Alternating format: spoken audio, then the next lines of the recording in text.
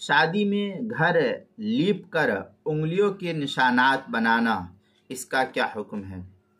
چنانچہ بعض علاقوں کے اندر یہ بات دیکھی جاتی ہے کہ شادی سے 2-4 دن پہلے گھر کو لیپنے کا بہت ہی التزام کیا جاتا ہے اور اہتمام کیا جاتا ہے، اور اس میں مخصوص طریقے کی انگلیوں سے نشانات بنایا جاتا ہے۔ یہ ایک رسم ہے جو ہندوانہ رسم ہے، جو ہندوؤں کے یہاں رائج تھا اور وہاں سے مسلمانوں میں نقل ہوتا ہوا چلا آیا، لہذا اس رسم سے ہم مسلمانوں کو پرہیز کرنا چاہیے، یہ شریعت میں ثابت نہیں ہے۔